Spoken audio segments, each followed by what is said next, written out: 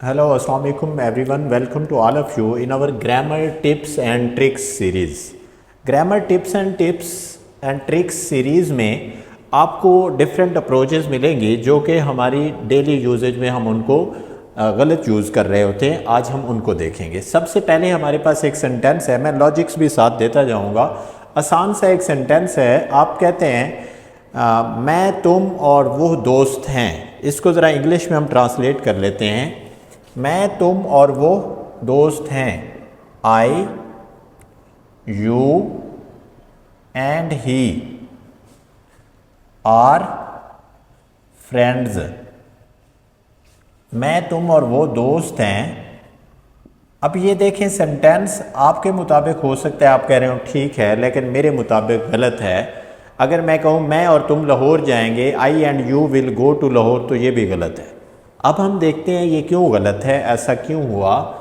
I you and ही, आपको order of pronoun का अंदाज़ा नहीं है कि ऑर्डर ऑफ प्रोनाउन क्या होता है। तो अब हम ऑर्डर ऑफ प्रोनाउन को देखेंगे। Order of pronoun, pro mean instead of noun, noun की बजाय यूज़ होने वाले वर्ड प्रोनाउन होते हैं। First person, second person, third person में आप इन्हें यूज़ करते हैं। तो ये सेंटेंस आपको ऑर्डर ऑफ प्रोनाउन देगा। Positive sense and negative sense के तौर पे आप यूज़ करते हैं। Positive sense and negative sense, जब पॉजिटिव की बात हो रही होगी तो ऑर्डर होता है 2 3 1, 2 3 1। सेकेंड पर्सन पहले यूज़ होता है, थर्ड पर्सन बाद में, फिर फर्स्ट पर्सन। अब यहाँ पे देखें, ये पॉजिटिव सेंस है। आपने कहा I you and he are friends, enemies तो नहीं कहा ना, तो ये पॉजिटिव सेंस है, तो ऑर्डर तो ये फॉलो होना था 2 3 1। उर्दू में नहीं देखना कि मैंने बोला है मैं पहले यूज़ किया है तो आपने आई पहले यूज़ कर दिया, तुम बाद में यूज़ किया है तो सेकंड आपने। No no no, this is a wrong order और आपका सेंटेंस ग्रामेटिकल रॉन्ग हो गया।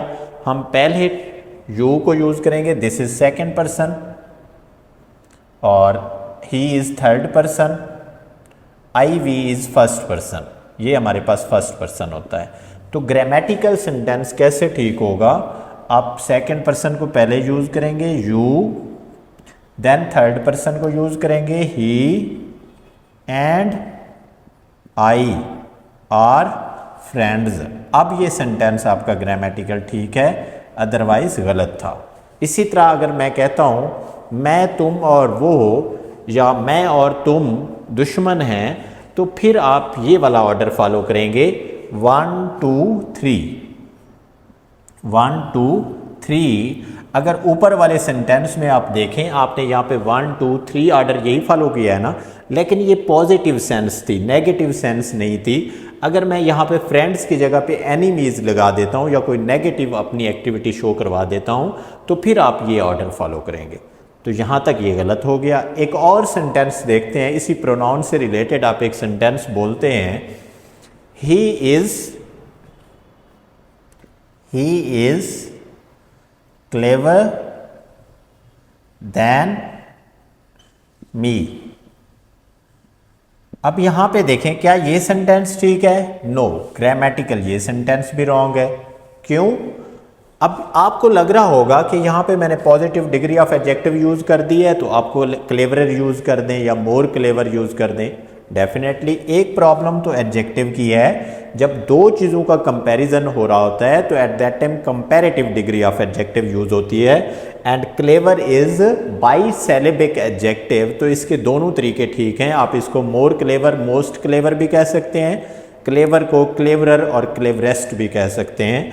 तो यहाँ पे कंपैरेटिव यूज़ करनी थी, तो या तो मैं इसे मोर क्लेवर कहूँगा या सिंपल आप इसके साथ EST लगा देंगे, क्लेवरेस्ट। ठीक है, more clever, he is, sorry, cleverest not, this is superlative degree of adjective. दो का कंपैरिजन है तो क्लेवरर आप यूज़ करेंगे, दिस इज क्लेवरर, या आप इसी को कह सकते हैं मोर क्लेवर। अब क्या अब ये सेंटेंस ठीक है? नो, अभी भी गलत है। दिस इज सब्जेक्टिव केस और ये आपने ऑब्जेक्टिव केस यूज़ कर दिया है। यहाँ पे आई आना चाहिए था। क्यों आना चाहिए था? आपके पास प्रोनाउन के यूजेज की अगर बात करें तो यूजेज ऑफ प्रोनाउन को अगर मैं डिस्कस करूं, यूजेज ऑफ प्रोनाउन में आप देखते हैं कि हमारे पास अगर सब्जेक्टिव केस यूज़ हो रहा है पहले और बाद में बीच में हमारे पास जो यूज़ हो रहा है दैट इज़ दैन, कंपैरिजन के लिए आप दैन यूज़ कर रहे हैं, तो सब्जेक्टिव केस अगर आप यूज़ करेंगे तो सब्जेक्टिव केस के बाद भी सब्जेक्टिव केस आपको यूज़ करना पड़ेगा। अगर ऑब्जेक्टिव केस यूज़ करेंगे तो ऑब्जेक्टिव केस के बाद भी ऑब्जेक्टिव केस यूज़ करना पड़ेगा, दैन बीच में यूज़ हुआ है तो। अगर पजेसिव केस यूज़ करेंगे तो बाद में भी आपको बीच में दैन यूज़ हुआ है तो बाद में भी आपको पजेसिव केस ही यूज़ करना पड़ेगा। अब इस सेंटेंस को देखें, he is a subjective case, subjective case के बाद कंपैरिजन में आपने दैन भी यूज़ कर दिया है, तो अब आने वाला केस तो सब्जेक्टिव केस होना चाहिए था, मी तो नहीं होना चाहिए था। इसी तरह अगर मैं पजेसिव केस यूज़ करता हूँ, my handwriting is impressive than yours, not your, okay, yours उसके साथ भी एस लगाएंगे विदाउट एपोस्ट्रॉफी। तो ये तो हो गए प्रोनाउन के ऑर्डर्स। चलें एक और सेंटेंस देख लेते हैं। हमारे पास है, आप मुझे बताएंगे कि क्या ये सेंटेंस आपका ठीक है। वो दोस्ताना बात करती है, शी टॉक्स फ्रेंडली। अब ये चीज़ें इन डिटेल्स अगर आप कंप्लीट लेक्चर मेरा देखेंगे तो वहाँ से और भी बहुत इंटरेस्टिंग चीज़ें आपको सीखने को मिलेंगी। ये तो प्रोनाउन की छोटी सी झलक दी है मैंने आपको। शी टॉक्स फ्रेंडली आपने लिख दिया है, क्या ये सेंटेंस ठीक है। और अगर मैं आपसे पूछूं friendly is a which part of speech, तो बच्चे मुझे कहते हैं सर जी ये एडवर्ब है, दिस इज़ एडवर्ब। आप समझ रहे हैं कि जो चीज़ वर्ब को मॉडिफाई करे, एडजेक्टिव को मॉडिफाई करे या एडवर्ब को मॉडिफाई करे वो वर्ब होती है, एडवर्ब होती है, डेफिनेटली वो एडवर्ब होती है। यहाँ पे रिक्वायरमेंट एडवर्ब की थी लेकिन फ्रेंडली एडवर्ब नहीं है, ये एडजेक्टिव है। तो अगर ये एडजेक्टिव है तो सेंटेंस तो रॉन्ग हो गया। आपको चाहिए थी एडवर्ब, आपने यूज़ कर दिया एडजेक्टिव, तो सेंटेंस ग्रामेटिकली रॉन्ग हो गया। अब आप मुझे बताएंगे कि एल वाई पे एंड होने वाली एडजेक्टिव होती है या एडवर्ब होती है। तो यहाँ से भी मुख्तलिफ बच्चों का कंसेप्ट स्ट्रॉन्ग नहीं होता। तो याद रखें noun plus L Y is equal to adjective और adjective plus L Y is equal to adverb. मैं डेप्थ में नहीं जा रहा, मेरे से छोटे से फुल स्टॉप लगाने का, पीरियड लगाने का भी कोई ना कोई पर्पज़ है। इसको भी कब यूज़ करते हैं कब नहीं करते, ये कंट्रैक्शंस में आप यूज़ करते हैं। तो डेप्थ में जाने की बजाय अभी मैं इस कंसेप्ट को क्लियर करता हूँ। ये मेरे आप लेक्चर्स में इन चीज़ों को सीख सकते हैं, क्योंकि हम इंग्लिश को जब एडवांस लेवल पे लेकर चलते हैं किसी कॉम्पिटिटिव एग्ज़ाम्स में, तो हमें ईच एंड एवरीथिंग का ख्याल रखना पड़ता है। अब यहाँ पे देखें noun plus L Y adjective बनता है, तो फ्रेंड इज़ अ नाउन, उसके साथ आपने एल वाई लगा दिया, ये तो एडजेक्टिव बन गया था, सेंटेंस गलत हो गया। तो ये होना चाहिए था she talks in a friendly manner. अब ये सेंटेंस ग्रामेटिकल ठीक हुआ।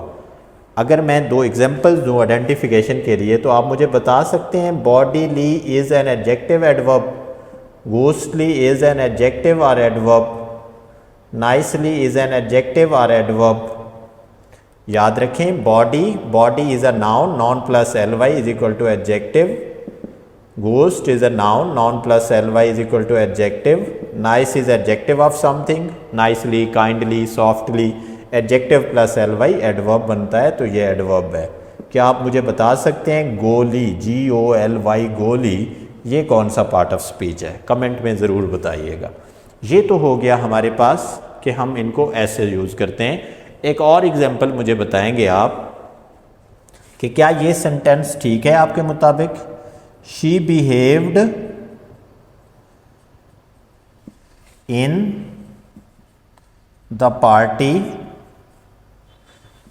Last night rudely. क्या ये सेंटेंस आपका ठीक है कि उसने लास्ट नाइट पार्टी में रूडली बिहेव किया?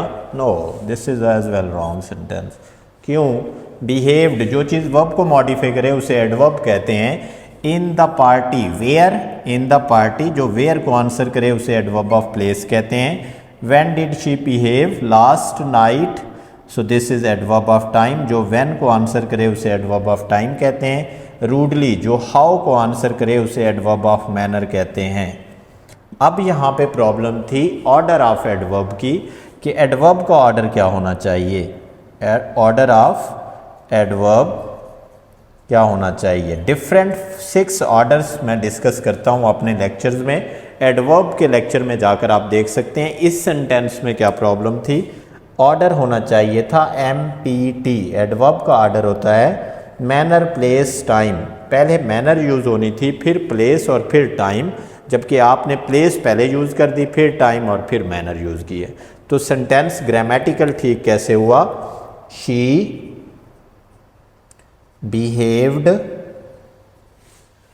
मैनर पहले आएगी, रूडली, फिर प्लेस, इन द पार्टी, फिर आपके पास टाइम आना है लास्ट नाइट। अब ये सेंटेंस आपका ग्रामेटिकल ठीक है, अदरवाइज रॉन्ग था। अब ज़रा इसी तरह एक एडजेक्टिव की झलक देख लेते हैं कि एडजेक्टिव में आप क्या करते हैं। आपके सामने एक फॉर एग्जांपल चेयर है और मैं आपको कहता हूँ कि ये एक छोटी ब्राउन खूबसूरत कुर्सी है, इसको इंग्लिश में ट्रांसलेट कर दें तो यकीनन आपका कहना क्या होगा, ये एक छोटी, दिस इज़ अ स्मॉल, छोटी ब्राउन, आपने देखा होगा मैंने यहाँ पे कॉमा लगाया फिर रिमूव कर दिया, वाई कि डिफरेंट एडजेक्टिव जब यूज़ हो रही होती हैं तो कॉमा यूज़ नहीं होता। This is a small brown and beautiful chair, ये एक छोटी ब्राउन खूबसूरत कुर्सी है। आपने ऐसे कर दिया, सेंटेंस ग्रामेटिकल रॉन्ग हो गया। सिर्फ टेंस का आ जाना काफ़ी नहीं है, बहुत सारी चीज़ें हैं जो आपने देखनी है। सेंटेंस रॉन्ग हुआ क्यों, because you are not familiar with order of adjective. कोई बता सकता है order of adjective? Order of adjective होता है ओ, सॉस, कॉम, ये ऑर्डर ऑफ एडजेक्टिव है। ओ स्टैंड फॉर ओपिनियन पहले आता है, then size, S for A for opinion, size, A for age, then S for shape, C for color, O for origin, कहाँ से कोई चीज़ आई है, M for material, और उसका पर्पज़ क्या है ये एंड पे यूज़ होता है, यानी कोई ट्रैवलिंग बैग है या किस पर्पज़ के लिए। अब ज़रा सेंटेंस को देखें, यहाँ पे स्मॉल यूज़ हुई है, this is size, brown colour use हुआ है, और beautiful this is opinion use हुआ है। तो सेंटेंस देखें, आपने ऑर्डर को फॉलो नहीं किया तो सेंटेंस गलत हो गया। अब इस सेंटेंस को हम लिख सकते थे, करेक्ट करेंगे तो दिस इज़ आ, ओपिनियन पहले आएगा, दिस इज़ अ ब्यूटीफुल, फिर आप उसके बाद साइज को डिस्कस करेंगे, this is a small, this is a beautiful small, and अब आपके सामने कलर है, कलर यहाँ पे बीच में शेप और एज है नहीं तो हम कलर यूज़ करेंगे, एंड ब्राउन चेयर। और याद रखें जब डिफरेंट कैटेगरीज की एडजेक्टिव यूज़ हो रही होती हैं तो फिर आप बीच में कॉमा का यूज़ नहीं करते। एक ही टाइप की अगर बार बार यूज़ हुई है तो फिर उसको कॉमा से सेपरेट किया जाता है। तो अब मुझे बताएं कि क्या आप इस लेवल की अंडरस्टैंडिंग चाहते हैं? तो डेफिनेटली अगर चाहते हैं तो मेरे चैनल को सब्सक्राइब करें, शेयर करें, बेल आइकॉन ज़रूर दबाएं ताकि ये अप्रोचेज़ आपको सीखने को मिले और ये अप्रोचेज़ आपको competitive exams like CSS, PMS, FPSC, PPSC, Punjab public service commission, KPSC, KPK के एग्ज़ाम को देख लें, SPSC, सिंध के एग्ज़ाम को देख लें, IELTS, PTE, MD-CAT, E-CAT, NUST, NUM, किसी भी एग्ज़ाम में आप जाएंगे तो ये अप्रोचेज़ डेफिनेटली आपकी चेक की जाएंगी।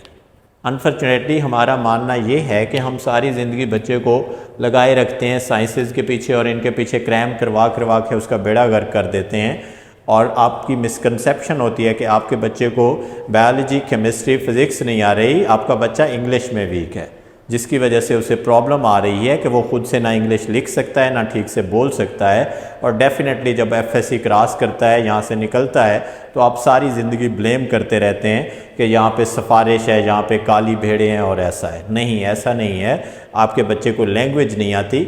और अगर आप विंस्टन चर्चिल की कहानी को देखें तो वो कहता है कि मुझे इस लैंग्वेज में से सिर्फ एक टॉपिक ऑफ सेंटेंस ने क्या बना दिया, इंग्लैंड का प्राइम मिनिस्टर बना दिया।